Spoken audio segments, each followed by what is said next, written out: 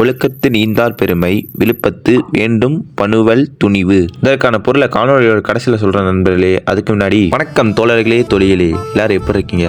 இன்னைக்கு அதிகாலை 5 மணிக்கு எந்திரிச்சிட்டு முதல்ல 1 லிட்டர் தண்ணியை ஒருத்தனா குடிச்சு முடிச்சிட்டு நண்பர்களே. அதன் பின் காலை கடனை ஒவ்வொன்றா முடிச்சுட்டு உடற்பயிற்சி கூடத்துக்கு நடைப்பயணத்தை போட தொடங்கிட்டேன். உடற்பயிற்சி கூடத்துக்கு போன உடனே கழிவறைக்கு போயிட்டு தலையை குதலாம் சொல்லிட்டு போனை வச்சு நண்பர்களே. திடீர்னு நமது வடக்கு நண்பர் உள்ளா இருந்து என்ட்ரி கொடுக்குறாரு. வணக்கண்டா பாப்பில் மணிப்பூர்ல இருந்து சொல்லிட்டு எங்க போய் அலைபேசியை வச்சாலும் அதுக்கு முன்னாடி நம்ம வடக்கு நண்பர் வந்து போஸ்ட் கொடுக்க ஆரம்பிச்சாரு நண்பர்களே. அதுக்கப்புறம் அவருக்கு ஒரு கும்பிட போட்டு அந்தான போதும்னு சொல்லிட்டு வாட்சா போட ஆரம்பிச்சிட்டேன். அதன் பின் எல்லாரும் அறையில உட்காந்துருந்தோம். திடீர்னு நம்ம வடக்கு நண்பர் பீஃப் சாப்பிடு அப்படின்னு சொல்லி கேட்டாரு. பீஃபா கிடைக்குமா அப்படின்னு கேட்டேன். திடீர்னு பார்த்தா எடுத்து நீட்டிட்டாரு.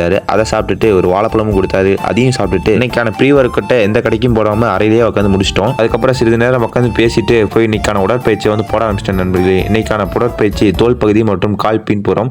அதுக்கேற்ற மாதிரி 3 வேறுபாடுகள், இதுக்கேற்ற மாதிரி 2 வேறுபாடுகள். ஒவ்வொன்றையும் அணுவா ரசிச்சு போட்டுட்டு இன்னைக்கான உடற்பயிற்சியை ஸ்ட்ரெச்சஸோட முடிச்சிட்டேன் நண்பர்களே. அதன் பின் உடற்பயிற்சி கூடத்துக்கு டாட்டா சொல்லிட்டு விடுதிக்கு வந்து நேராக நடைப்பயணத்தை வந்து போட தொடங்கிட்டேன்.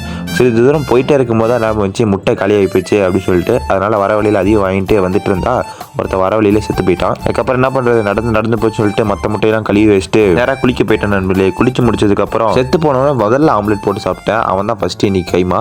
அதுக்கப்புறம் மற்ற முட்டையும் விட்டு ஆம்லெட் போட்டு சாப்பிட்டுட்டு இன்னைக்கான காலை உணவு வந்து உப்புமாவோட முடிச்சிட்டேன். காலை உணவு முடிச்ச கையோட சாவாசனத்தை பண்ணிட்டே இருக்கும்போது மதிய உணவுக்கு காத்துட்டு இருந்தேன். மதிய உணவுக்கு திடீர்னு பார்த்தா கறி சோறு வெள்ளை சாப்பாடு எடுத்து வந்தாங்க. வழக்கமா இரவு உணவுல தானே தருவீங்க, இன்னைக்கு என்ன காலையிலேயே தரீங்க அப்படின்னு சொல்லி கேட்டதுக்கு நாளைக்கு ஏதோ திருவிழாவா நண்பர்களே, இந்த திருவிழாவை வந்து கொண்டாடுறதுக்கு இன்னைக்கு அறையெல்லாம் வந்து சுத்தம் பண்ணுவாங்களா, அதனால இன்னைக்கு இப்பயே தந்துட்டேன் அப்படின்னு சொன்னாங்க. நீங்க தந்தா மட்டும் போதும் சொல்லிட்டு அதையும் சாப்பிட்டுட்டு இரவு உணவுக்கு ராகி களியும் முட்டையை சாப்பிட்டுட்டு இன்னைக்கான நாளை வந்து வெற்றிகரமாக முடிச்சிட்டேன் நண்பர்களே.